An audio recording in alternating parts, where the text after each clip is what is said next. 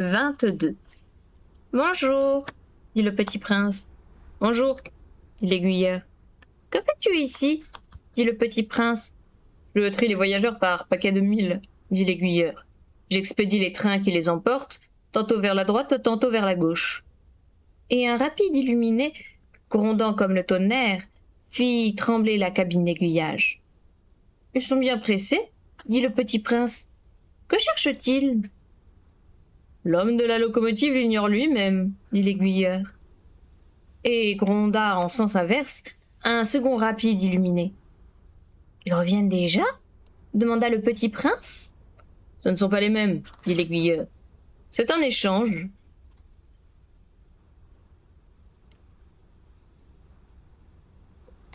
Je viens de voir ton message, Rosa. On pourrait faire ça, on pourrait organiser un stream karaoké pour amener la pluie, mais je suis pas convaincue. Ils n'étaient pas contents, là où ils étaient? On n'est jamais content là où on est, dit l'aiguilleur, et gronda le tonnerre d'un troisième rapide illuminé. Ils poursuivent les premiers voyageurs? Demanda le petit prince. Ils ne poursuivent rien du tout, dit l'aiguilleur. Ils dorment là-dedans ou bien ils bâillent. Les enfants seuls écrasent leur nez contre les vitres. Les enfants seuls savent ce qu'ils cherchent, fit le petit prince. Ils perdent du temps pour une poupée de chiffon, et elle devient très importante. Et si on la leur enlève, ils pleurent. Ils ont de la chance, dit l'aiguilleur. 23. Bonjour, dit le petit prince. Bonjour, dit le marchand. C'était un marchand de pilules perfectionnées qui apaise la soif. On en avale une par semaine et l'on n'éprouve plus le besoin de boire. Pourquoi vends-tu ça? Dit le petit prince. C'est une grosse économie de temps, dit le marchand. Les experts ont fait des calculs. On épargne 53 minutes par semaine. Et que fait-on de ces 53 minutes? On en fait ce que l'on veut. Moi, se dit le petit prince, si j'avais 53 minutes à dépenser, je marcherais tout doucement vers une fontaine. 24. Nous en étions au 8e jour de ma panne dans le désert, et j'avais écouté l'histoire du marchand en buvant la dernière goutte de ma provision d'eau. Ah, dis-je au petit prince, ils sont bien jolis, tes souvenirs, mais je n'ai pas encore réparé mon avion, je n'ai plus rien à boire, et je serais heureux, moi aussi, si je pouvais marcher tout doucement vers une fontaine. Mon ami le renard, me dit-il. Petit bonhomme, il ne s'agit plus du renard. Pourquoi? Parce qu'on va mourir de soif. Il ne comprit pas mon raisonnement. Il me répondit. C'est bien d'avoir eu un ami, même si l'on va mourir. Moi, je suis content d'avoir eu un ami renard. Il ne mesure pas le danger, me dis-je. Il n'a jamais ni faim ni soif. Un peu de soleil lui suffit. Mais il me regarda et répondit à ma pensée. J'ai soif aussi. Cherchons un puits. J'eus un geste de lassitude. Il est absurde de chercher un puits, au hasard dans l'immensité du désert. Cependant, nous nous mîmes en marche. Quand nous eûmes marché des heures, en silence, la nuit tomba, et les étoiles commencèrent de s'éclairer. Je les apercevais comme en rêve, ayant un peu de fièvre à cause de ma soif. Les mots du petit prince dansaient dans ma mémoire. « Tu as donc soif, toi aussi ?» lui demandai-je. Mais il ne répondit pas à ma question. Il me dit simplement « L'eau peut être aussi bonne pour le cœur. » Je ne compris pas sa réponse, mais je me tus. Je savais bien qu'il ne fallait pas l'interroger. Il était fatigué. Il s'assit. Je m'assis auprès de lui, et après un silence, il dit encore « Les étoiles sont belles, à cause d'une fleur que l'on ne voit pas. » Je répondis « Bien sûr », et je regardais sans parler les plis du sable sous la lune. « Le désert est beau, » ajouta-t-il. Et c'était vrai. J'ai toujours aimé le désert. On s'assoit sur une dune de sable, on ne voit rien, on n'entend rien, et cependant quelque chose rayonne en silence. Ce qui embellit le désert, dit le petit prince, c'est qu'il cache un puits, quelque part. Je fus surpris de comprendre soudain ce mystérieux rayonnement du sable. Lorsque j'étais petit garçon, j'habitais une maison ancienne et la légende racontait qu'un trésor y était enfoui. Bien sûr, jamais personne n'a su le découvrir, ni peut-être même ne l'a cherché, mais il enchantait toute cette maison. Ma maison cachait un secret au fond de son cœur. Oui, dis-je au petit prince, qu'il s'agisse de la maison des étoiles ou du désert, ce qui fait leur beauté est invisible. Je suis content, dit-il, que tu sois d'accord avec mon renard. Comme le petit prince s'endormait, je le pris dans mes bras et me remis en route. J'étais ému. Il me semblait porter un trésor fragile. Il me semblait même qu'il n'y eût rien de plus fragile sur la terre.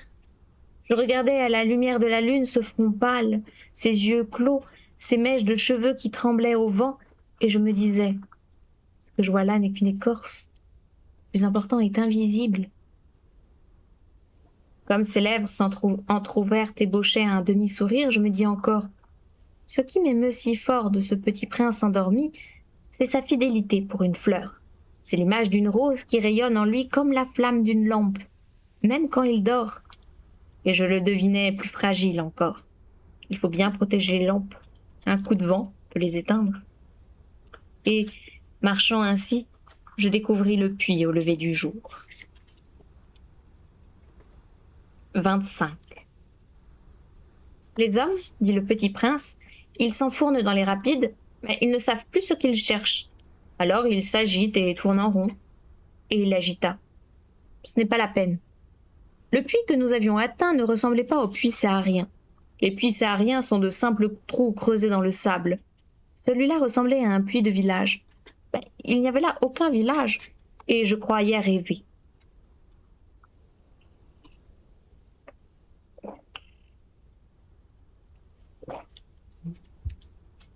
C'est étrange, dis-je au petit prince.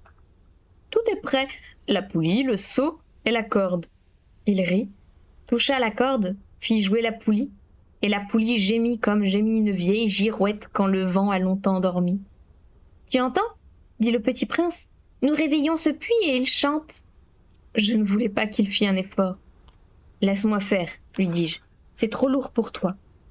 Lentement, je hissai le seau jusqu'à la margelle. Margelle. Je l'y installai bien d'aplomb. Dans mes oreilles durait le chant de la poulie et, dans l'eau qui tremblait encore, je voyais trembler le soleil. J'ai soif de cette eau-là, dit le petit prince. Donne-moi à boire. Et je compris ce qu'il avait cherché. Je soulevai le seau jusqu'à ses lèvres. Il but les yeux fermés. C'était doux comme une fête. Cette eau était bien autre chose qu'un aliment. Elle était née de la marche sous les étoiles, du chant de la poulie, de l'effort de mes bras. Elle était bonne pour le cœur comme un cadeau. Lorsque j'étais petit garçon, la lumière de l'arbre de Noël, la musique de la messe de minuit, la douceur des sourires, faisaient ainsi tout le rayonnement du cadeau de Noël que je recevais. Les hommes de chez toi, dit le petit prince, cultivent 5000 roses dans un même jardin, et ils n'y trouvent pas ce qu'ils cherchent. Ils ne le trouvent pas, répondis-je, et cependant ce qu'ils cherchent pourrait être trouvé dans une seule rose ou un peu d'eau. Bien sûr, répondis-je, et le petit prince ajouta, mais les yeux sont aveugles, il faut chercher avec le cœur. J'avais bu, je respirais bien. Le sable au lever du jour est couleur de miel. J'étais heureux aussi de cette couleur de miel. Pourquoi fallait-il que j'eusse de la peine ? Il faut que tu tiennes ta promesse, me dit doucement le petit prince qui, de nouveau, s'était assis auprès de moi. Quelle promesse ? Tu sais, une muselière pour mon mouton. Je suis responsable de cette fleur. Je sortis de ma poche mes ébauches de dessin. Le petit prince les aperçut et dit en riant, « Tes baobabs, ils ressemblent un peu à des choux. » « Oh ! Moi qui étais si fière des baobabs. Ton renard, ses oreilles, elles ressemblent un peu à des cornes. Elles sont trop longues. » Et il rit encore. « Tu es un juste petit bonhomme. Je ne savais rien dessiner que les boas fermés et les boas ouverts. »« Oh, ça ira, dit-il. Les enfants savent. » Je crayonnais donc une muselière, et juste le cœur serré en la lui donnant. Il y a des projets que j'ignore. Mais il ne me répondit pas. Il me dit, « Tu sais, ma chute sur la terre, c'en sera demain l'anniversaire. Puis, Après un silence, il dit encore « J'étais tombé tout près d'ici. » Et il rougit. Et de nouveau, sans comprendre pourquoi, j'éprouvais un chagrin bizarre, comme une question. Cependant, une question me vint. Alors ce n'est pas un hasard que, le matin où je t'ai connu, il y a 8 jours, tu te promenais comme ça, tout seul, à 1000 miles de toutes les régions habitées. Tu retournais vers le point de ta chute. Le petit prince rougit encore. Et j'ajoutais, en hésitant, à cause, peut-être, de l'anniversaire. Le petit prince rougit de nouveau. Il ne répondait jamais aux questions, mais quand on rougit, ça signifie oui, n'est-ce pas? Ah, lui dis-je, j'ai peur. Mais il me répondit, tu dois maintenant travailler, tu dois repartir vers ta machine. Je t'attends ici, reviens demain soir. Mais je n'étais pas rassurée. Je me souvenais du renard. On risque de pleurer un peu si l'on s'est laissé apprivoiser. 26. Il y avait à côté du puits une ruine de vieux murs de pierre. Lorsque je revins de mon travail, le lendemain soir, j'aperçus de loin mon petit prince assis là-haut, les jambes pendantes, et je l'entendis qui parlait. « Tu ne t'en souviens donc pas ?» disait-il. « Ce n'est pas tout à fait ici. » Une autre voix lui répondit sans doute, puisqu'il répliqua « Si, c'est bien le jour, mais ce n'est pas ici l'endroit. » Je poursuivis ma marche vers le mur. Je ne voyais ni n'entendais toujours personne. Pourtant le petit prince répliqua de nouveau. « Bien sûr, tu verras où commence ma trace dans le sable. Tu n'as qu'à m'y attendre. J'y serai cette nuit. » J'étais à 20 mètres du mur et je ne voyais toujours rien. Le petit prince dit encore après un silence. « Tu as du bon venin? Tu es sûr de ne pas me faire souffrir longtemps ?» Je fis halte, le cœur serré, mais je ne comprenais toujours pas. « Maintenant, va-t'en, dit-il, je veux redescendre. » Alors j'abaissai moi-même les yeux vers le pied du mur, et je fis un bond. Il était là, dressé vers le petit prince, un de ces serpents jaunes qui vous exécutent en 30 secondes. Tout en fouillant ma poche pour en tirer mon revolver, je pris le pas de course, mais au bruit que je fis, le serpent se laissa doucement couler dans le sable, comme un jet d'eau qui meurt, et, sans trop se presser, se faufila entre les pierres avec un léger bruit de métal. Je parvins au mur juste à temps pour y recevoir dans les bras mon petit bonhomme de prince, pâle comme la neige. « Quelle est cette histoire-là? Tu parles maintenant avec les serpents ?» J'avais défait son éternel cache-nez d'or. Je lui avais mouillé les tempes et l'avais fait boire. Et maintenant je n'osais plus rien lui demander. Il me regarda gravement et m'entoura le cou de ses bras. Je sentais battre son cœur comme celui d'un oiseau qui meurt quand on l'a tiré à la carabine. Il me dit « Je suis content que tu aies trouvé ce qui manquait à ta machine. Tu vas pouvoir rentrer chez toi. » Comment sais-tu? Je venais justement lui annoncer que, contre toute espérance, j'avais réussi mon travail. Il ne répondit rien à ma question, mais il ajouta « Moi aussi, aujourd'hui, je rentre chez moi. » Puis, mélancolique, « C'est bien plus loin. C'est bien plus difficile. » Je sentais bien qu'il se passait quelque chose d'extraordinaire. Je le serrais dans les bras, comme un petit enfant, et cependant, il me semblait qu'il coulait verticalement dans un abîme sans que je puisse rien pour le retenir. Il avait le regard sérieux, perdu, très loin. « J'ai ton mouton, et j'ai la caisse pour le mouton, et j'ai la muselière. » Et il sourit avec mélancolie. J'attendis longtemps. Je sentais qu'il se réchauffait peu à peu. « Petit bonhomme, tu as eu peur. » Il avait eu peur, bien sûr, mais il rit doucement. J'aurais bien plus peur ce soir. De nouveau, je me sentis glacée par le sentiment de l'irréparable. Et je compris que je ne supporterais pas l'idée de ne plus jamais entendre ce rire. C'était pour moi comme une fontaine dans le désert. « Petit bonhomme, je veux encore t'entendre rire. » Mais il me dit « Cette nuit, ça fera 1 an. Mon étoile se trouvera juste au-dessus de l'endroit où je suis tombée l'année dernière. » Petit bonhomme, n'est-ce pas que c'est un mauvais rêve, cette histoire de serpents et de rendez-vous et d'étoiles? Mais il ne répondit pas à ma question. Il me dit « Ce qui est important, ça ne se voit pas. » Bien sûr. C'est comme pour la fleur. Si tu aimes une fleur qui se trouve dans une étoile, c'est doux, la nuit, de regarder le ciel. Toutes les étoiles sont fleuries. Bien sûr. C'est comme pour l'eau. Celle que tu m'as donnée à boire était comme une musique à cause de la poulie et de la corde. Je te rappelle, elle était bonne. Bien sûr. Tu regarderas la nuit les étoiles. C'est trop petit chez moi pour que je te montre où se trouve la mienne. C'est mieux comme ça. Mon étoile, ça sera pour toi une des étoiles. Alors toutes les étoiles, tu aimeras les regarder. Elles seront toutes tes amies. Et puis je vais te faire un cadeau. Il rit encore. Ah, petit bonhomme, petit bonhomme. J'aime entendre ce rire. Justement, ce sera mon cadeau. Ce sera comme pour l'eau. Que veux-tu dire? Les gens ont des étoiles qui ne sont pas les mêmes. Pour les uns qui voyagent, les étoiles sont des guides. Pour d'autres, elles ne sont rien que des petites lumières. Pour d'autres qui sont savants, elles sont des problèmes. Pour mon businessman, elles étaient de l'or. Mais toutes ces étoiles-là se taisent. Toi, tu auras des étoiles comme personne n'en a. Que veux-tu dire? Tu regarderas le ciel, la nuit, puisque j'habiterai dans l'une d'elles, puisque je rirai dans l'une d'elles, alors ce sera pour toi comme si riaient toutes les étoiles. Tu auras toi des étoiles qui savent rire. Il rit encore. Et quand tu seras consolé, on se console toujours. Tu seras content de m'avoir connu. Tu seras toujours mon ami.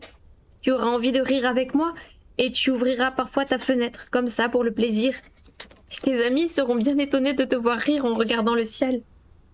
Alors tu leur diras « Oui, les étoiles, ça me fait toujours rire. » Ils te croiront fou. Je t'aurais joué un bien vilain tour. Et il rit encore.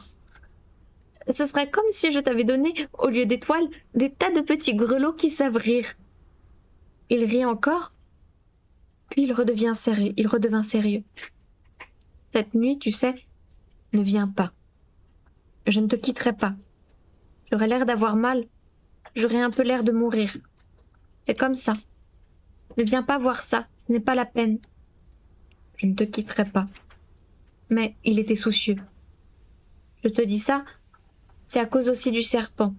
Il ne faut pas qu'il te morde. Le serpent, c'est méchant. Ça peut mordre pour le plaisir.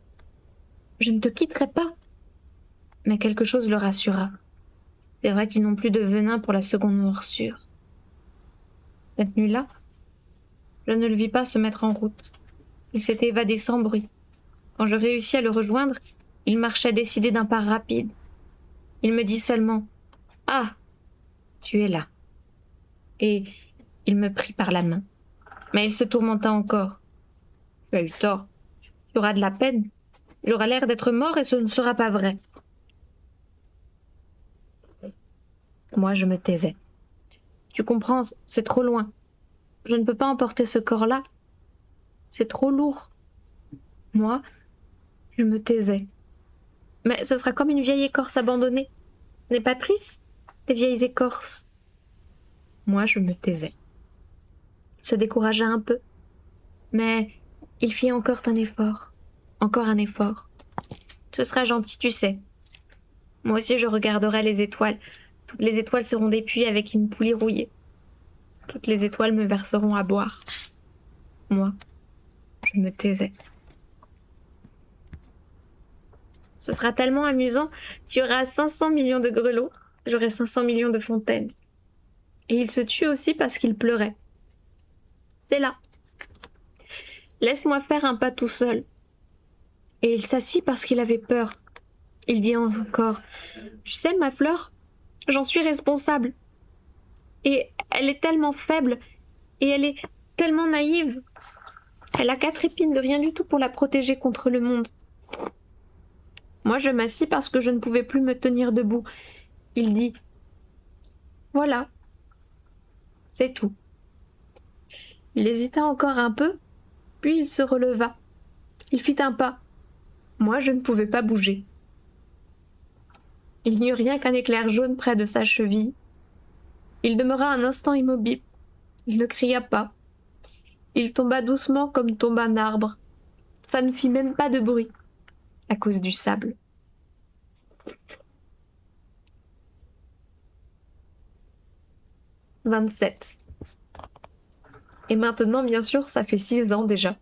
Je n'ai encore jamais raconté cette histoire. Les camarades qui m'ont revu ont été bien contents de me revoir vivant. J'étais triste, mais je leur disais c'est la fatigue. Maintenant, je me suis un peu consolée, c'est-à-dire pas tout à fait. Mais je sais bien qu'il est revenu à sa planète, car au lever du jour, je n'ai pas retrouvé son corps. Ce n'était pas un corps tellement lourd, et j'aime la nuit écouter les étoiles. C'est comme 500 millions de grelots. Mais voilà qu'il se passe quelque chose d'extraordinaire. La muselière que j'ai dessinée pour le petit prince, j'ai oublié d'y ajouter la courroie de cuir. Il n'aurait jamais pu l'attacher au mouton. Alors je me demande, qu'est-ce qui s'est passé sur sa planète? Peut-être bien que le mouton a mangé la fleur. Tantôt je me dis, oh, sur mon nom, le petit prince enferme sa fleur toutes les nuits sous son globe de verre et il surveille bien son mouton. Alors je suis heureux et toutes les étoiles rient doucement. Tantôt je me dis, on est distrait une fois ou l'autre et ça suffit.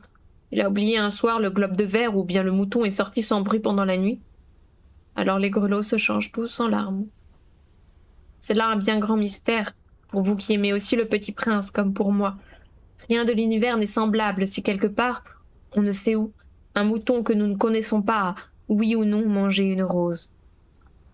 Regardez le ciel, demandez-vous, le mouton, oui ou non, a-t-il mangé la fleur? Et vous verrez comme tout change. Et aucune grande personne ne comprendra jamais que ça a tellement d'importance.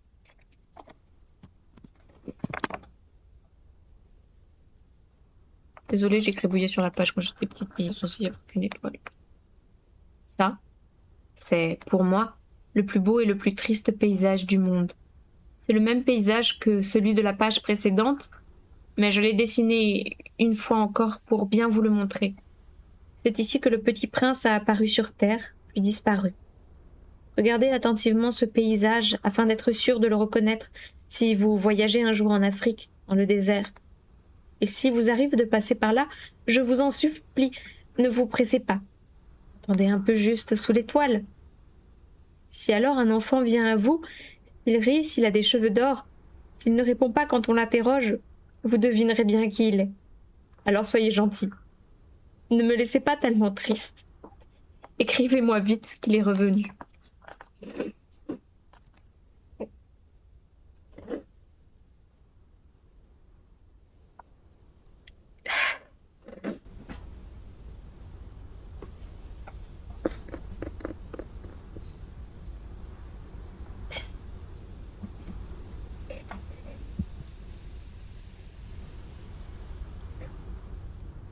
Voilà, j'ai pleuré. Je vous l'avais dit, la fin, moi, elle me fait pleurer. Voilà.